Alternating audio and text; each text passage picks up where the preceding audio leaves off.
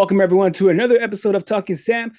I am your host, Sam Assis. Thank you everyone for joining me, you beautiful, lovely, gorgeous individuals out there. And with me today, he is probably one of the more prolific independent pro wrestlers in the independent scene today. In any promotion that he goes to, he most likely has a championship in that promotion as well. You most likely have seen him on networks such as TNT, USA, on Peacock, on Fox. He's the one, he's the only, the Frank Sinatra of the Spanish Mafia, Gino ToldYouSO Rivera. Thank you so much for joining me, Mr. Told You So. Thank you. That was really nice. That was a hot intro. I got hyped for that. So thank you very Hey, much for that. I appreciate it. I love it. hey, no problem, man. Hey, you come in here, I gotta bring up my best Paul Heyman. I gotta put you over. I gotta make sure you are put on a pedestal as you are, because my man, you are one of the I mean when I say one of the more prolific independent wrestlers today, and not just wrestling inside the ring, but just behind the scenes and the background and everything like that. So kudos to you. Thank you very much. I work really hard, very hard, extremely hard to keep up this reputation and this aura about me. You know what I mean? So Yeah. it doesn't come easy. It comes with a lot of work. I put it in the work and I continue to do so, which is why, as you say, I'm one of the hottest wrestlers out today. As you are, good sir. And we're gonna be starting off kind of in the beginning for you in your journey and career. How did you first get into pro wrestling? Did you start off amateur as a young age? Did you just saw an episode of Raw, SmackDown, or maybe Nitro in your younger days? How did the love of pro wrestling begin? My adopted mother was a big fan of wrestling, Undertaker especially, Oh, nice. and she watched it religiously. So of course, as a child, you're gonna watch whatever your mom's into, and Right. I fell in love with the Undertaker from day one. And I've been a ride or die Undertaker fan for Jesus Christ, I don't even know, my whole life, and ever since then, I just always knew what I was gonna be. I was gonna be a wrestler, and I wasn't gonna stop until that dream was accomplished. Fast forward to year 2008, I was at the Staples Center to watch a WWE event, and I got a flyer walking across the street. And when I got that flyer, it had a bunch of guys on it with their shirts off, and I was like, "Oh, I don't want this. What the heck is this?" Like I don't want to see a bunch of strippers. I'm here to watch the WWE at the Staples Center in Los Angeles. Right, right. This show, I come back out, same guy, flyer. Hey, check this out. I'm like, dude, I don't want your flyer. I'm not into all that right now. I'm just trying. He goes, bro, it's professional wrestling. It's a school, Mm. Santino Bros Wrestling Academy. And I was like, Ah, oh, so it's like a school. And he's like, yeah, like, and the next day, I, like took that flyer that I got. I looked at it, called the number, signed up, and it's been a wonderful ride ever since. 15 years later, I'm still here doing what I love, and now I run my own school. So it's nice. funny how it all comes full circle. Yeah, I was just gonna say it's a whole full circle moment for you. Oh yeah. Going from there. And would you say that your mother, your adopted mother, was a major factor in you for starting your career in pro wrestling, going to that school? Did you have any discussions with her? Talk probably going ironing all the details, maybe, or was it just off the whim, just going headfirst into it? She definitely did not want me to do it. It Mm. was not something she thought I was gonna do. She thought this was just something like a hobby or a weird obsession, and it turned out not to be. It turned out to be the real deal, the real thing. I literally broke my jaw before I made my debut, Oh wow. and she was pissed. She was like, "I don't know why you're doing this. Like, you know, you don't have to do this." And I was like, "I have to, mom. I love this. I really want to be a wrestler." And part of that breaking my jaw, I have two steel plates in my jaw, and I don't have any teeth in the back of my. Oh wow. Oh my God. See, Yeah. yeah, one of the trainees, my classmates, he kicked me with his shin right in my jaw, knocked my jaw behind my ears to the left, and it Oh. broke and cracked all my teeth. So the oral surgeon had to knock out all my teeth. Oh So my. Oh my God. And yeah. going through an injury like that, did that kind of like shocked you or put like put like a scaring you into like, do I really want to continue this, or was it just a, just kind of I like was gonna brush it quit. off? You were gonna quit? I was gonna quit. I was like, yeah, mom, you're right. This is stupid and whatever. And then I went back to training 2 weeks later, and she's like, you can't do this. And I was like, I love wrestling. I'll still do it. Even I trained with my jaw broken and wired shut because I had the passion. I love this business, and I thought I wanted to quit while I was laying on the hospital bed, and after surgery, and then after I got out, I was like, all right, what do you do now? I don't know. Guess I'm going to training. That's how it Mm, was. nice. Now, when you're first starting off in the schools for pro wrestling, like the Santino brothers and many others out there in the LA area that are well known, is it good to start off in multiple schools to get more understanding of the world of pro wrestling, or just going one at a time to get the basics to get your feet wet as it is? I was taught the more hands on you, the better. The Mm, more people to train you, the better you become because not everybody can show you, or not one person can just show you everything. You can learn things from different people. It's just like in life, not everybody can just show you how to, I don't know, like how to make music or sing. There's a lot of producers out there and a lot of singers that can teach you a different way of singing, or producers that can teach you a different way of making music, which I currently do myself. I oh, do hey, music myself. nice. But same with wrestling. I teach my students too. It's like, do some time with me, give me a solid 6 months, give me a year, and then after you're done, go find another place to train because I can't teach you everything. And that's the same way I learned at Santino Bros. It was more like, hey, we're gonna show you the basics, but you got to figure the rest out and go from there. Travel, get out of this state, leave California, and that I did. Right.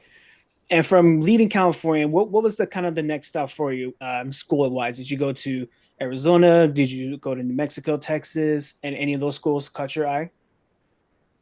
So I dipped into a lot of different schools just to get the feel around. I also learned on the fly.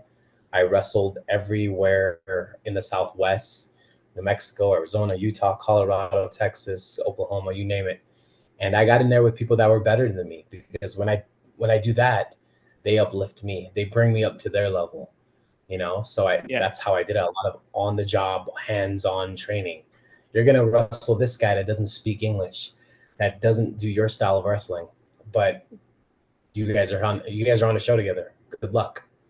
Oh, wow. Okay. you know so I do that a lot with my students. Some days they come in and I'm like, hey, you're wrestling this person and this person, have fun. They're like, oh, okay. And then they start doing their thing and I change the matchup and I'm like, all right, ready, hold on, get out of the ring, you come in here. And now they're wrestling. They're like, wait, I was gonna wrestle him. Now you're wrestling this guy. Mm, It's a lot of on the job training, and I've learned right. that everywhere from OGs. I've learned from newbies even too. Green guys and the new kids in wrestling. Learned a lot around the Southwest. Nice. And then migrating out from the Southwest, did you get any more experience when you going more northern, going more eastern? You have any stories or experience like that really stick home with you? As I as I moved to the Southwest, it was a very hard time for me because I was a California guy, and we have a style of wrestling that is very unique, very flashy, very fast. And if Right. you're not on that level, you're gonna get ran over pretty quick. And when I came to the Southwest, it was very slow, southern, one punch, two punch kick, clothesline, versus California, it's tope, Canadian destroyer, get back up, Mm, power driver, pick you up, choke slam, put you in a submission, whatever. Like you're just going like this. And then, right. like I said, the Southwest is very like slow. Let's ride it out, call it in the ring, and we'll figure it out. It just wasn't my style. So I made a lot of enemies pretty quick, very fast, Mm. and Oh, wow. it wasn't a good time for me. But I rose above it.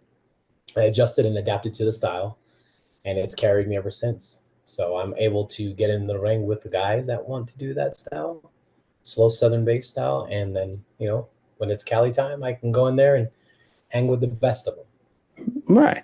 And just throughout your years of experience, you is it when you were first trying to make sure you get your footing, was it difficult to try to make sure you learn how to migrate from one style to another, being in the southern regions, going the more traditional route, then coming back to the West Coast, being the more you can say the lucha style?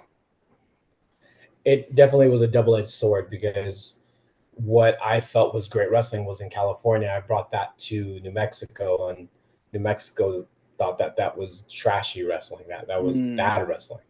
And then I learned their style in New Mexico, and I went back to Cali and I wrestled that style, and they're like, "What happened to you?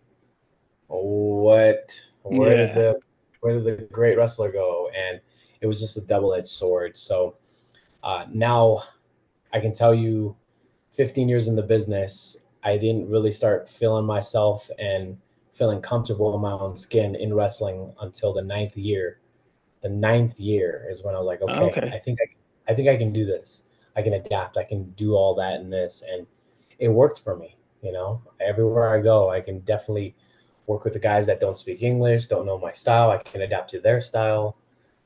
Wrestling isn't easy, but it's very for wrestlers that have been around, that know the system, know the wrestler, know the codes. Um, it's very adjustable when you need to be. You know, Nice. And in that ninth year, you're getting more, you're feeling more of yourself, you're starting to grow. How important is it to make sure you keep connections with the promotions you're working with the promoters? How important is that to make sure you're come in on a good note and leave on a good note to make sure everything's all even key?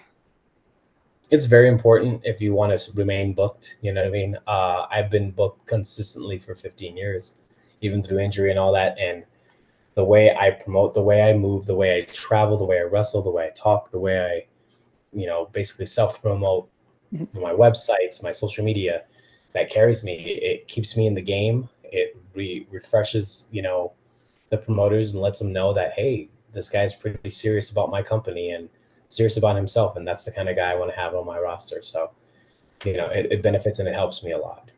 Nice. And with all the great things that comes with working with those promotions and everything that comes with it. Have you ever experienced some negativity? You don't have to name the promotion or anything like that, but have you Yeah. experienced some kind of negativity with promoters? They promise you one thing, and then like, you kind of screwed you at the end after doing the work and everything. Absolutely. Um, Almost every month, almost every year of my career, I've had bad experiences with promoters. Oh wow. Uh, Promises that were broken, lies, money situations, bad storylines, disrespect, you know, uh, just a lot. Wrestling, you're going to get that. And in any sport, you're going to get that. But it's Right. kind of hard in wrestling when you're supposed to trust people and they turn their back. They turn their back on you, and it kind of hurts because you see this person as a friend, a family member, a close confidant. And when they turn the other cheek and treat you a different way, it's kind of like, hey, I thought you were my friend. Well, this is a business. And there's a Mm. reason why they call this the business. You know what I mean? There's a good quote, and I can't remember it. It's called the it's called show business, not show friends, right? Yeah. So I've learned over time to keep to myself, stay in my lane, and not everybody in wrestling is your friend. Not everybody wants to see you succeed and shine, and that has always carried me. That's why I stay to myself. I go to towns, I stay in my hotel. I don't party, I don't go out, I don't hang out with. I have literally maybe less than five true wrestling friends that I can name on my hand. That includes promoters too. I don't really give too many chances. It's kind of like first strike, you're out with me after what I've been through for 15 years. You got to imagine a teacher gets tired of hearing my dog ate my homework. Right. My homework went down the drain. Um, my house caught on fire. Oh, my house caught on fire again. Well, Mm. imagine promoters doing the same thing and wrestlers doing the same thing. And I myself this year have turned into a promoter in New Mexico, and I've heard just about every excuse you can hear. So I understand, and then I don't understand at the same time. It's rough. This business can be very hurtful, and it will take you to some of your darkest places that you never even knew you had or that you could go. And then this business will also elevate you to heights that you've never thought you could reach. I love this business, but I hate it at the same time. Right. And it goes back to that double-edged sword that you spoke about earlier. Yeah. And during that whole moment, during when dealing with promoters, lying, cheating, not promising you the right thing, did you ever have to like think about, is this something really I want to do even after your injuries and everything like that? And what's kind of been your key point? What's the one thing that motivates you to keep your head up to make sure you keep pursuing to where you are now? When I was younger, I wanted to quit this business because I felt like I wasn't getting what I wanted fast enough. Mm, And in this business, it all comes with time. You got to be in the right place at the right time, right? right. Uh, so as I got older, I understood nothing comes easy, and sometimes the wait is the payoff, you know. But also, as I grew up in the business, I constantly wake up every morning. I'm like, oh gosh, like, I'm in this business. Why am I in this business? And I'm pretty sure everybody does it. You know what I mean? Like, why do I have to Yeah. go to work? Why do I do? But you just do it because it's what you know.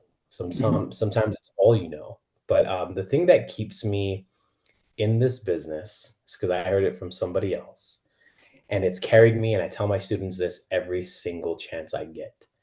And I tell them, never quit. Don't quit. Because the day that you quit, somebody, somewhere, sometime will be looking for you. And that has always carried me because somebody, somewhere, sometime found me. And I've had the greatest opportunities in this business presented to me like an open platter, like just here, we have this for you. It's because I never quit. I never gave up. I wanted to. I tried to. I think about it every day.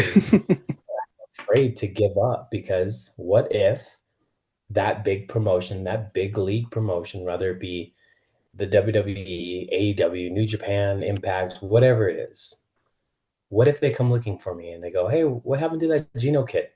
Oh, well, he quit yesterday. All right, well, how about you? You come with me. I got an opportunity for you.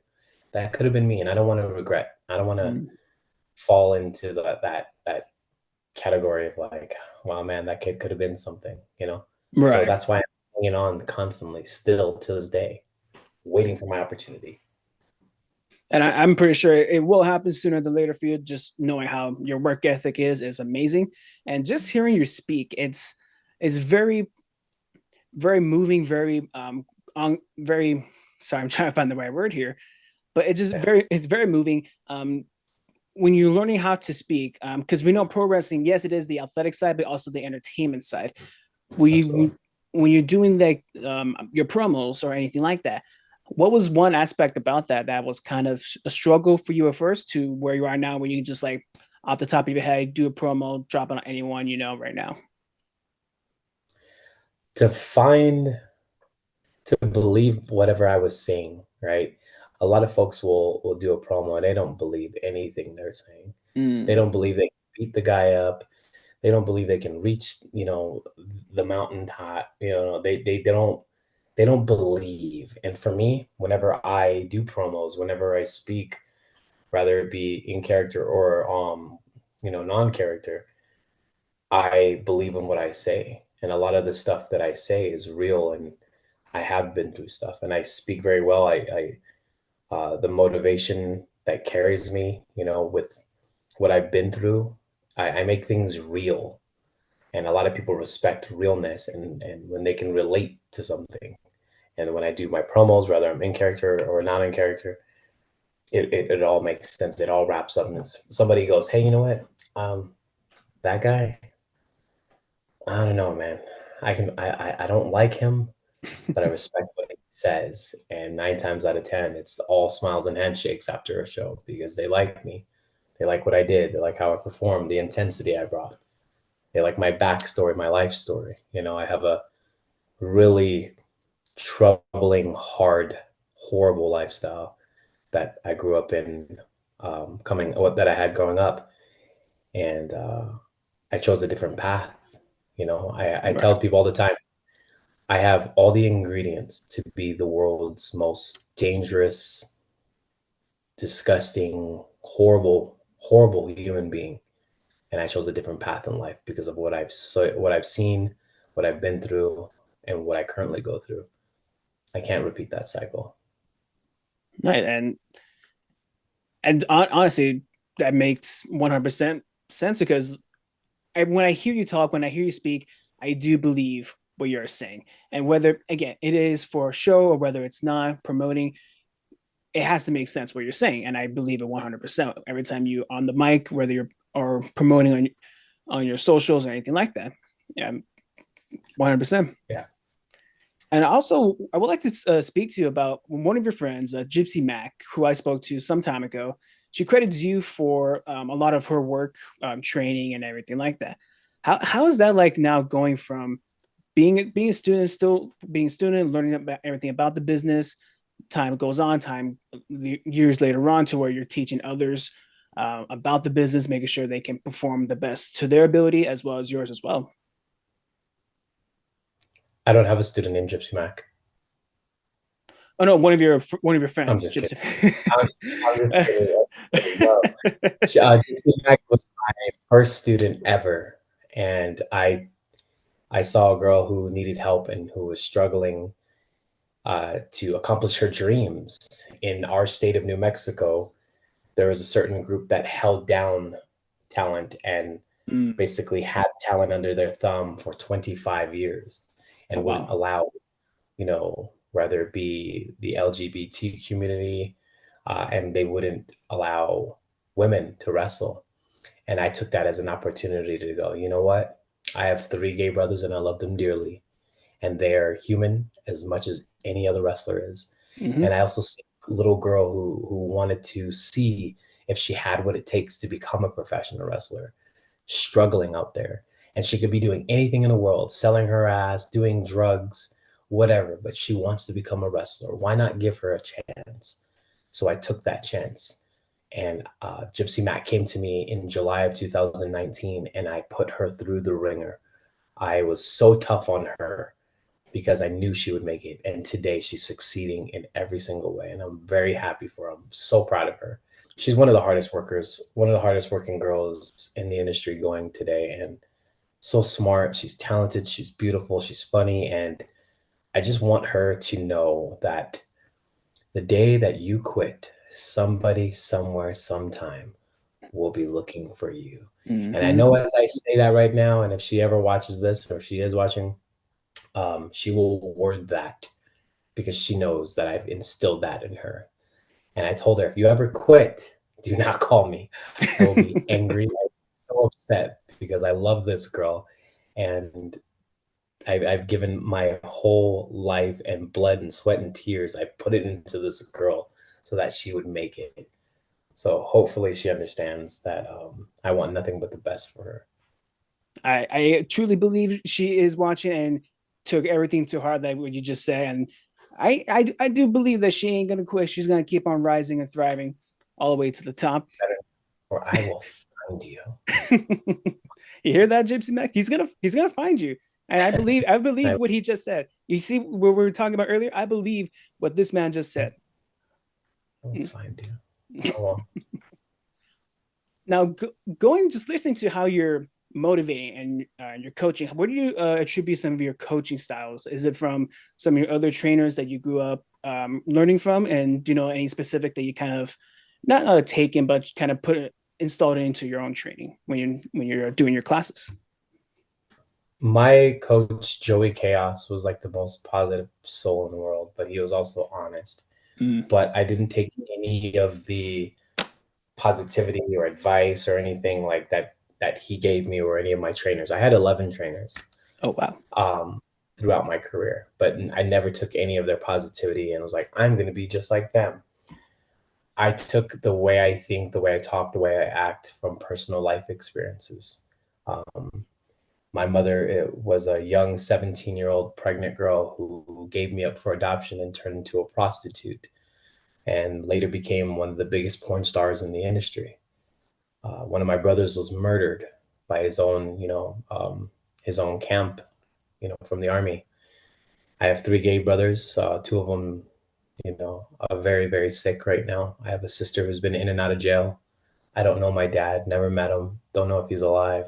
I have a lot of real trauma that, again, I have all the ingredients to become the worst human being in the world, Hmm. and I chose a different path in life and I chose to be positive. I grew up watching the Brady Bunch and I envy that so much because I wanted a family just like that. And I said to myself, when I get a family, if I ever do anything in life, I'm gonna make sure that it's the best of the best, and the most positive light ever. You know what I mean? Because I come from a Hmm. dark family, a dark past. I have a dark history, and today I can tell you, like, I don't do drugs, I don't drink, I don't smoke, I barely take Advil. I've never had coffee, never had an energy drink, never been in jail, never been arrested, nothing. And I credit all that from real life trauma and experiences, which is why I am the way I am today. And the way I am today is how I am with my students, which draws them to me. I get all these angry souls and angry kids. And they're like, oh, I hate life and I hate my mom and I hate school and I hate this and I just want to freaking wrestle. And I'm like, okay, well, I can deal with all that because I've been through all that. And I can relate to these young kids coming to me for help or guidance or support. Mental health is a real big issue in our country and in the world, actually, Hmm. and but Yep. you'd be amazed how many kids in my state, in my city right now are going through something and they look for me for advice. They look for me to help them in life. So that's what I do. I have to stay positive because I'm a role model and I take that very seriously. Yes, and I don't know if anyone's ever said this, but thank you for being that role model because, like you said, you have every excuse to just fall into that pit of Well, despair and everything, but you didn't. You yeah, rise above. You are where you are at right now, thriving, yeah, kicking ass anywhere, everywhere you go. So thank you for being that role model for so many people out there.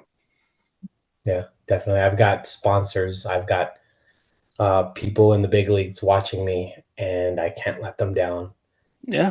The only way to pay this off is by making it and looking back at my team, at my family, at my friends and coworkers and colleagues, and just go, see, guys, like, I had a tough childhood, but it didn't have to be the way everybody expected. I'm gonna write my own story, Right. and when I do make it, not if, when I do make it, Hmm. you guys can look my way and go, wow, I'm gonna follow this guy's path. I don't have to go down the path that my family went down. Absolutely. And speaking of those big eyes that you spoke about some time just right now, we if anyone is really paying attention to the shows on WWE, AEW, or any other promotion, we can see you pretty much front and center, whether it be a segment as security guard, trainer, or enhancement talent, doing a conga line, all things. And how did that first start off for you? Just getting involved in that. Gosh, I don't even remember. All I know is that I received an email inviting me to become an extra, is what they call it. Hmm. And I went, and I was one of the rosebuds. It was Yeah. a fun experience, you know. Hmm. And I thought my life is fulfilled. I'm gonna get signed. Like they love my work, blah blah blah. And it was just that. It was just an extra spot, an extra role. But I had the time of my life. And I realized the next time I went there to the WWE, it was another spot. And I was like, man, this is so cool. All right. Next time I went there, Hmm. okay, this is cool. And I was getting heartbreaking because, like, I want to be here, right? Right. Next time, I'm like, I am, I'm not doing anything tonight. I'm just sitting here and catering. The catering's wonderful, but how do I get a damn job here? Right? Next time I come, I'm like, I need to talk to somebody. Like, what's going on? Next time I come, I get a match. Oh my gosh, I'm gonna get signed. Somebody love this. Walk backstage, nobody says nothing. And I'm like, Damn. man, all right, cool. Hey, Dean Malenko, how'd I do? Great. Have a good day. Oh, okay. Hey, did I do great, guys? Yeah. Oh, yeah, yeah, you're fantastic. See you later, man. Oh, okay. hey referee, hey, how to, I don't know. All right, have a good day. Like, the next time I'm furious now. I'm like, okay, I need to talk to somebody and I need to get hired. How can I get a job here? Who do I need to talk to? Obviously, what I'm doing is not working. I can't get a tryout. I can't go down to Florida. You guys say I'm too old to be a wrestler or too old to be a manager, too old to be a referee. What do I got to do to get? Can I hold a cord for you guys? Can I hold a light, a microphone? What do I got to do? And it was just that's the ultimate goal now. It's like every time I get there, I'm not there to have fun. I'm not there to make any friends. I'm there to get a job and take my family to different levels in life, financially. That's Right. always been the goal. So, a lot of people see it as, well, congratulations, man. And I'm like, no, I failed.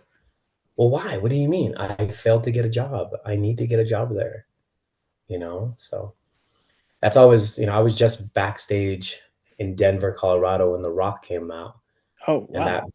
that building shook, and I was just so, gutted at the same time, but happy because I was like, man, that could be me one day, Hmm. or that could be me, like whatever, and it wasn't me, and it just kind of takes you to, it humbles your soul, where you're like, okay, that's not you, but one day you can get there. Who Right. knows? Hard. Hmm. Work harder. I am working harder. We'll work even harder. So that's always the goal. When I was at AEW, it was very, in 2020, right before COVID Hmm. hit, and it was wonderful, but it wasn't what I wanted. I didn't want to be a seat filler in a mass for the Dark Order, right? I didn't want Yeah. to do that. I wanted to be the wrestler wrestling. And then I returned back in 2023, obviously, and I wrestled Big Bill, and it was a chaotic experience, but a wonderful experience, and I loved it. It was a great match. I had a great showing. Everybody back there was really receptive to what I did, and I thought I did Nice. a great job. But my heart solely is with the WWE. That's what I grew up watching. That's where I want to be. Nothing is like the WWE. No, absolutely. And it's really interesting that you said that when you wrestle for WWE, you got backstage. That kind of gave you a cold shoulder, if you will. Wrestling, flipping the coin for AEW, they kind of gave you some feedback, gave you some words of affirmation. Why do you think that is? Is it because AEW is still a smaller company in a sense, still trying to figure things out, rather than WWE Oh yeah, is? Yeah, WWE is the machine, right? yeah, They're going. They're not stopping. And sure, no one gave me the cold shoulder in WWE. It wasn't like a get away from me kid. It was more like, mm, that's your job. right, okay, That's your job. Like, if you have a dog and you clean up the dog poop, no one's gonna be like, bravo, you cleaned up dog poop. Yeah, yeah, that's awesome, bro.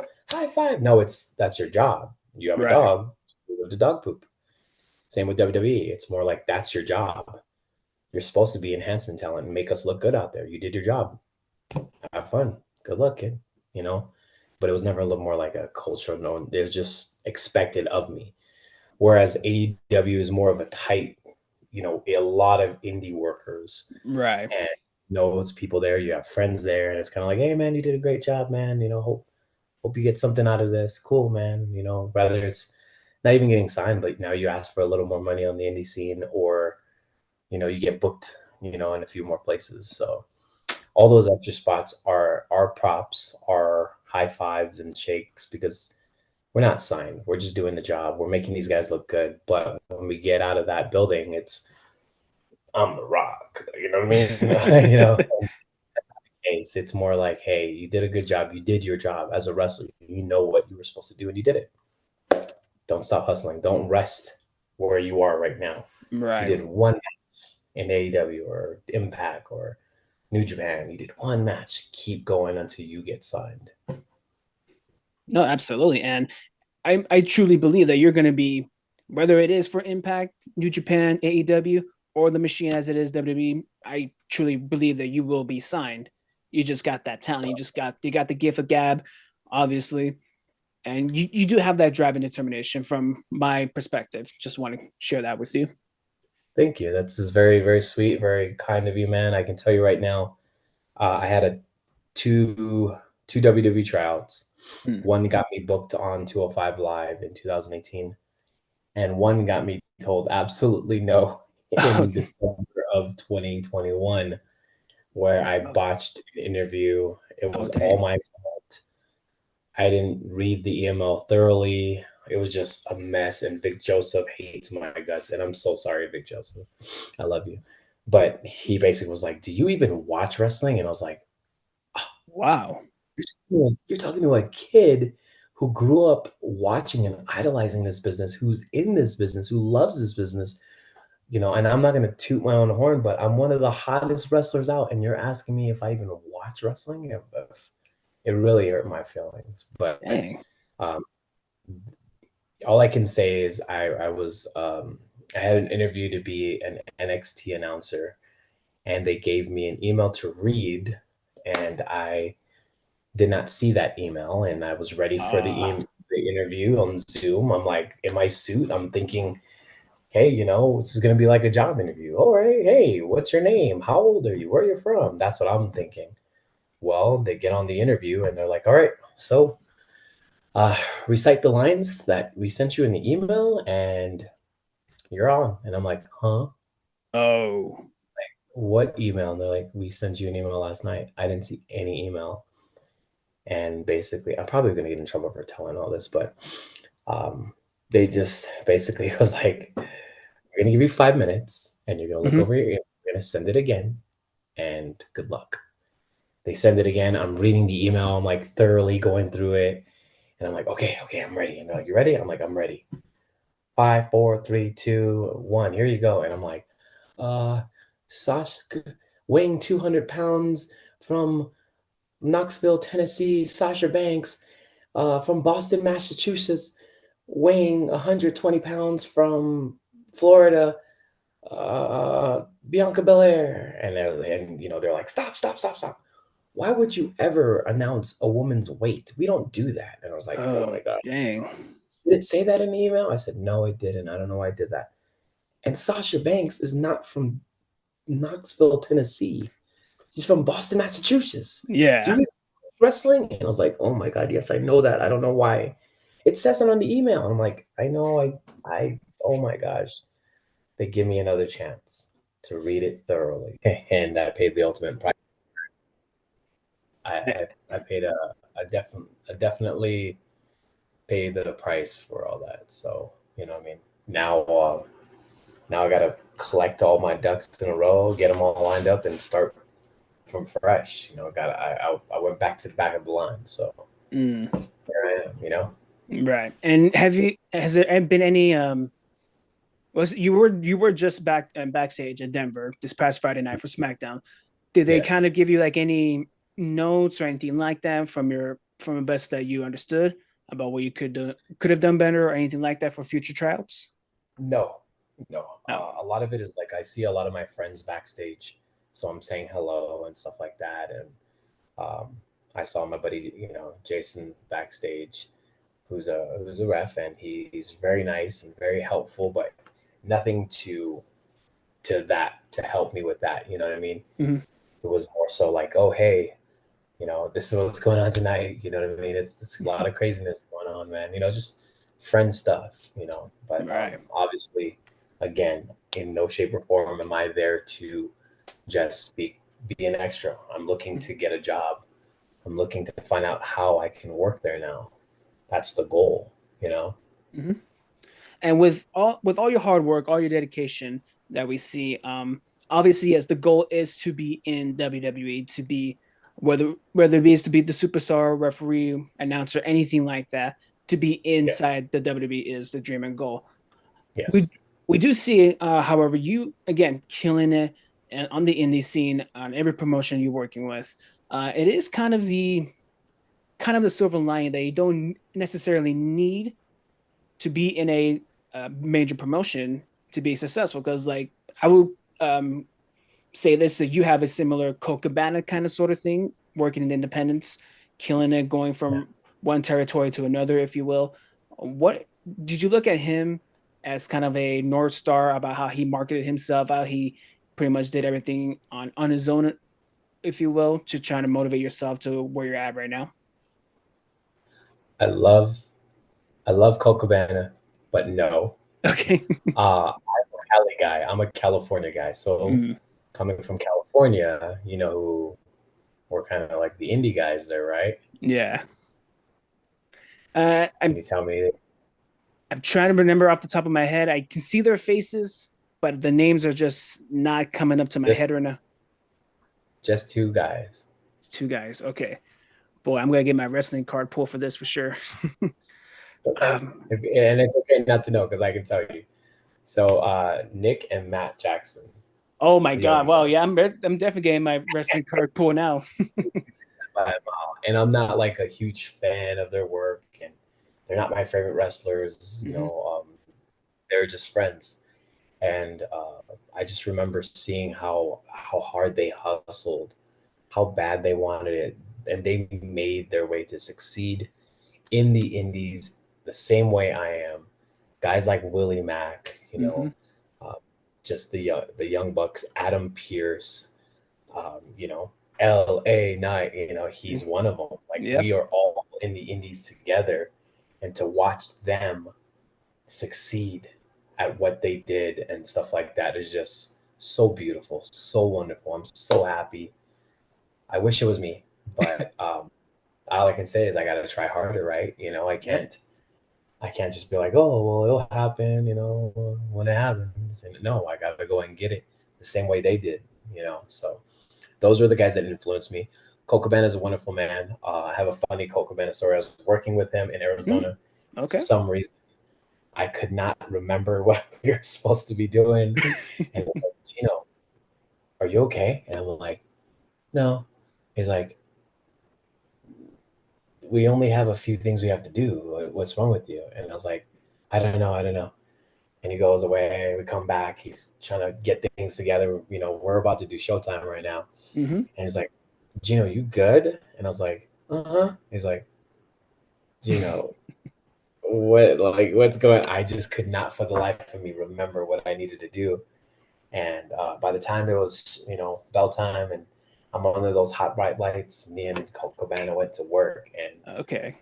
Cabana he's the man, and I love him, and I thank him for paving the way for guys like me, independent guys, because I can't even say the other guy's name, man. He got busted working at Halloween Horror Nights today or yesterday, but I can't even say the other guy's name who helped pave the way. Starts with Okay. a J and an R, but I guys know. like him. Yeah, I know exactly who you're talking about. Yeah, Yeah, yeah, so we don't go there, brothers. yeah. But No. No. he helped pave the way too, Hmm. and just a lot of Cali guys, girls too. Buggy Nova, God, I can go Hmm. on and on, man. Those guys and girls help pave the way for guys like me, so that I have a smooth ride instead of the bumpy ride that they took to get to where they needed to get to. Right. So love them for it, some of them, and I respect them for that. Yeah, absolutely. Every one of those boys and girls who, again, paved the way for you to make sure you're able to have a career in pro wrestling and not Yeah. necessarily have to be beholden to the monster that is WWE or AEW or Mhm. any or any Absolutely. or any other promotion for that matter. Impact, New Japan, Oh yeah, got to give them their CMML, love. AAA. Yeah. Give them their love, give them their flowers, man. Because you know what I mean. I can tell you right now, I got friends in all of these promotions. WWE, AEW, CMLL, Hmm. AAA, Impact. Gosh, everywhere. New Japan. I got a lot of friends everywhere. Marms. I reach out a lot. So um, I respect all of those companies and what I wouldn't give to be contracted under one of those companies. I would give my arm right now for it. Right. Absolutely. One And day. one day it will happen. Don't know when. It could be tomorrow. It could be the next day. It could be in an hour from now. You never know. You never know. The day that you quit, somebody, sometime, somewhere will be looking for you. Mhm. Yeah. And True story. Gino told you so. Gino told Yeah, you so. yeah, yeah, Hmm. And I want to talk to you real quick about your school that you started up in New Mexico. yeah. In a sense, your promotion as well, correct? Yes. When you're first starting off that going into that venture, hey, there it is, right there. Hmm. Yeah, yeah. When you're first going into that venture, was there any trepidation, any hesitation before filing the paperwork or anything like that to get started, or did you just know, hey, no, I'm going full in, head on, and nothing's gonna stop me? Yeah, it was kind of nerve-wracking because I thought even at 12 years of experience in wrestling, I was like, I can't train anybody. Like, I'm still new. I'm still a green guy, a newbie. Like, how can I train anybody, you know? And then now that I've been in the business for 15 years, I see these folks training people after a year, Hmm. 2 years, training people. And I'm like, ain't that a bitch? Excuse my language, I'm sorry. Hey, fucking man, say whatever you Ain't want. that oh, fuck, shit, piss, motherfucker. No, I'm just kidding. But all these people I see like are training people at like after a year. I'm like, hey man, like how long you been wrestling? Oh, about a year. I'm like, and you run class here? Yeah, I'm the trainer. I'm like, what? What? What was I afraid about? Like I was afraid to jump in the ring and start telling people what to do at 10 years. 12 years in, I'm like, oh my God, you want me to be a trainer? Oh, I can't even train myself. I don't know. So it's just really funny, just I see it a lot and I'm like, okay, I guess that's the new way to do things now. Hmm. And would you say that was kind of the motivational part behind it? Not to say, oh, I could do it better than all that, but your work, you know how you are mentally. You can definitely train a lot of the other boys and girls Yeah. coming in, train them, whether it be behind the mic in the ring, Yeah. calling it as a ref, anything like that. Did you believe in your own skill set to make sure that you can bring them up to the next level? I'm going to say this. I have enough experience and I've been through a lot of things in wrestling where why would I, why would I hold that in and keep Mm-hmm. it for myself? Why wouldn't I share it with everybody I love? I love everybody in the wrestling industry and I care about them very, very much. Or I wouldn't, be friends with them, communicate with them, work with them. And I figured whatever I've learned when I go to places like the WWE, to AEW, to any show, Impact, whatever, why in the world would I be so selfish to just hold all that knowledge and just be like, no, it's mine. Never, never. No. So I decided to open my school and share that knowledge and make sure that my students aren't doing the same mistakes that I did when I was younger. In 2011, oh my gosh, I was hell on wheels. Thank God I don't do that anymore. Mm-hmm. I don't act like that anymore.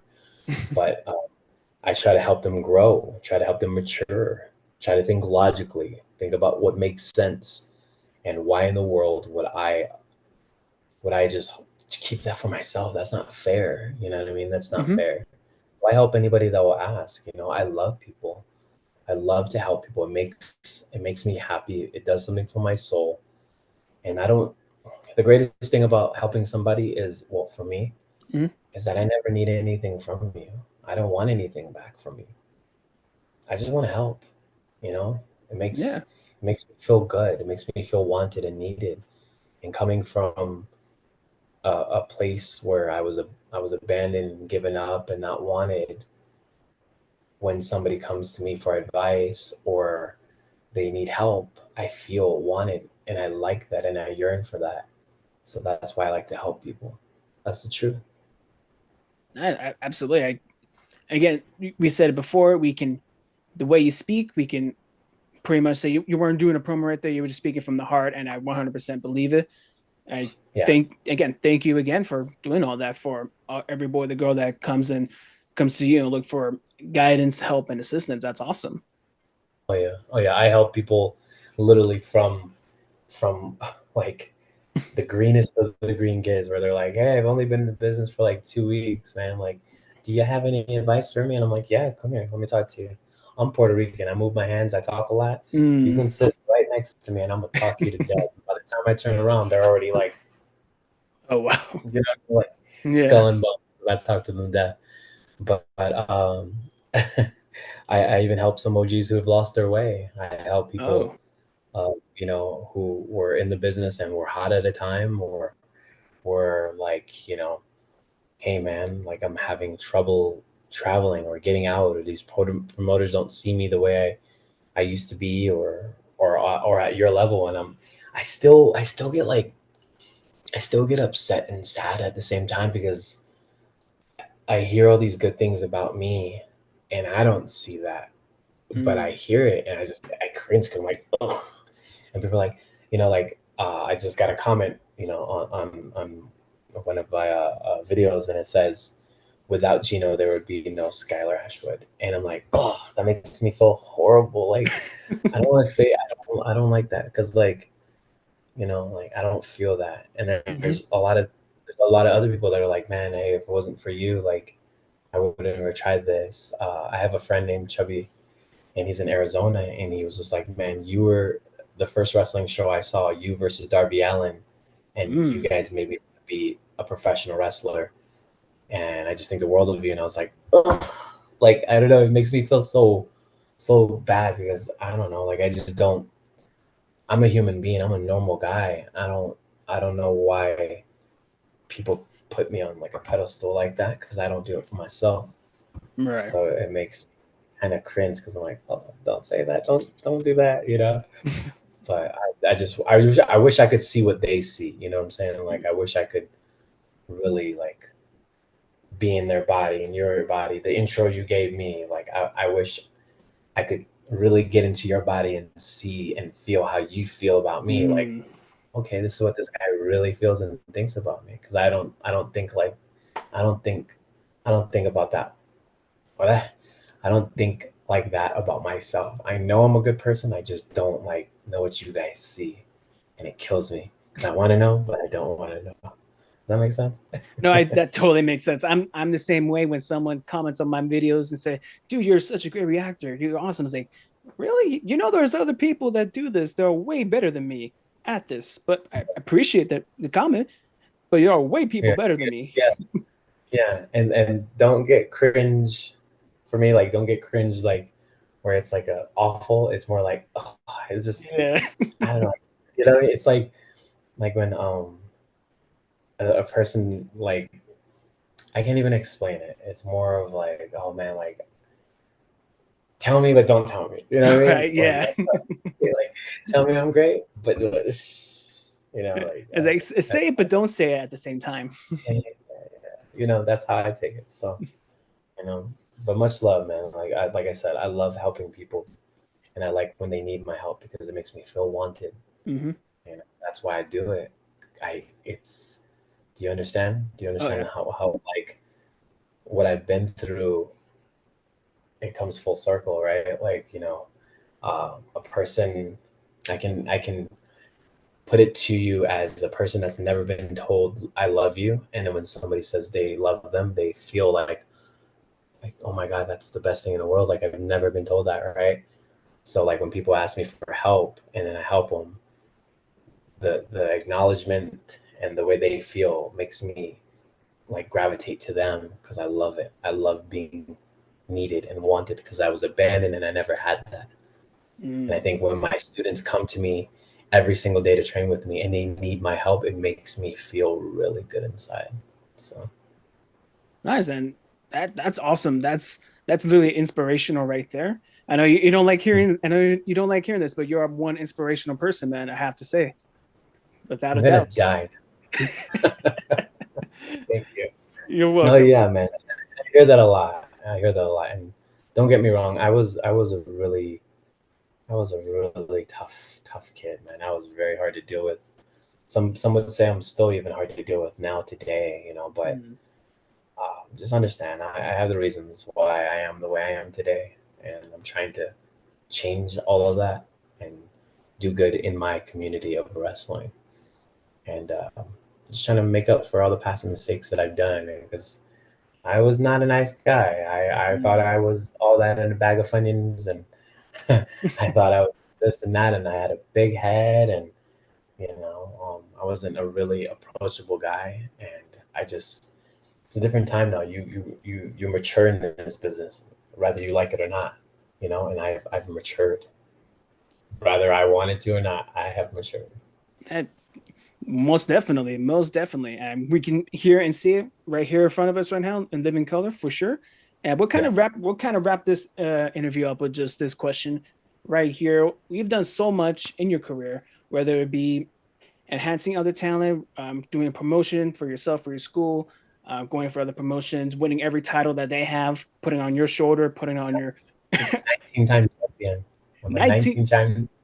19-time champion, and I currently hold, I think, 7 or 8 different championships around the United States. So See, hey, that's pretty. that's a good problem to have. Let's just say. It's really not because I get mixed up with things, and I'm like, yeah, I can be here. Oh my god, I said I was supposed to be here. Oh no, this person needs me. Wait, what do you mean I'm uh, defending it? I forgot the belt at home. Oh my gosh, what am I mm, doing? Like it's worse. But go on. Sorry. Go no, on. you're good. You're good. Just want to follow up with what is there putting the WWE AEW big promotion signing aside? What's one goal you're looking to still achieve? You're still looking to reach for in your career? I'm trying to one day make enough money to knock on my mom's door, and tell her she doesn't have to do what she has to do anymore. Um, I'm trying to make enough money to go to my adopted mom and say, you don't have to work anymore. Add all your bills up. I'm gonna pay it. I'm gonna pay it off. This house, this car, quit your job today for my adopted mom. And for my real mom, um, I want her to know that she doesn't have to sell her body anymore. She doesn't have to have sex for money, and she doesn't have to act and be a porn star and a hooker and an escort anymore because, you know, she doesn't enjoy it. She doesn't enjoy being in a relationship. She doesn't enjoy sex with her partners, you know, because of what it's done. My mom was raped. My mom was a product of the streets in Skid Row in Los Angeles, raped by family members. She doesn't know who my dad is. She was having sex for money to eat. So my goal is to pull her out of that lifestyle. And a lot of people want to get contracts in WWE and AEW, and they want the fame and they want the money and the cars and the houses and stuff like that. I don't want none of that. I want the money to give to my family and pull them out of situations that have kept us handicapped for years. You know, I haven't spoken to my biological mom since 2012. I had a falling out with my adopted mom in 2020, and I'm just hoping to work as hard as I can to one day mend the fences, build a bridge, and collect as much money as I can. Hopefully, walk away with a year contract or 3 year contract somewhere, anywhere, and save it and give it to them and put them in a different situation because they gave me the best childhood anyone could ever ask for, regardless of what it really was, because it really wasn't a great childhood. But to me, like, I learned so many life lessons that it made me the man I am today. You know, some Yeah. people would hear my story, that's a horrible childhood, and I go, it really wasn't, because I'm a great person today for it. So that's the ultimate goal, is to make enough money so that my family can have a different lifestyle. That's why I want to be signed. I I truly believe 100% it will happen for you. You put it out in the universe as many times as you say. One day or another, I believe it will happen, sir. Uh, thank you Me so much. too. Yeah, absolutely. Thank you so much for joining me here today. It was a great conversation that we had, just getting into your background, your love for pro wrestling, your career, and everything. It was truly a great conversation that we have. Thank you so much.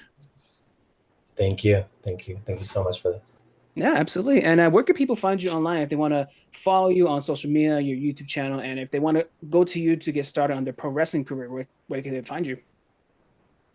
You guys can find me on all social media platforms all across the board by typing in Gino Told You So, one word. I'm on TikTok, Facebook, Pro Wrestling Tees, you name it. You guys can contact me. I am always on social media. Every one of my social media apps are open because I talk back. You talk to me, I talk to you. I want to make that connection. And even if I get to wherever I get to, I want you guys to still feel like you guys can talk to me as a human being, and Gino will respond to me. So yes, please find me on social media at Gino ToldYouSO. I wrestle everywhere, coming to a city near you. I also make music.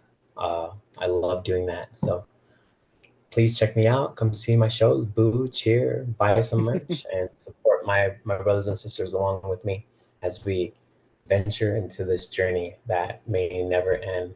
You don't know, but I love it. Wouldn't have it any other way. Absolutely. As the Frank Sinatra of the Spanish Mafia says, support him, all his brothers and sisters in the pro wrestling world today. Anything you guys can do to help, that'll be appreciated. That'll be awesome. And you guys can follow me on X at SamMac55, Instagram at SamCS5, Threads at SamCS5 as well, Facebook at SamCS55, TikTok at SamMac55. Thank you so much for joining me here today, guys. Appreciate it so much. And until next time, bye. Peace.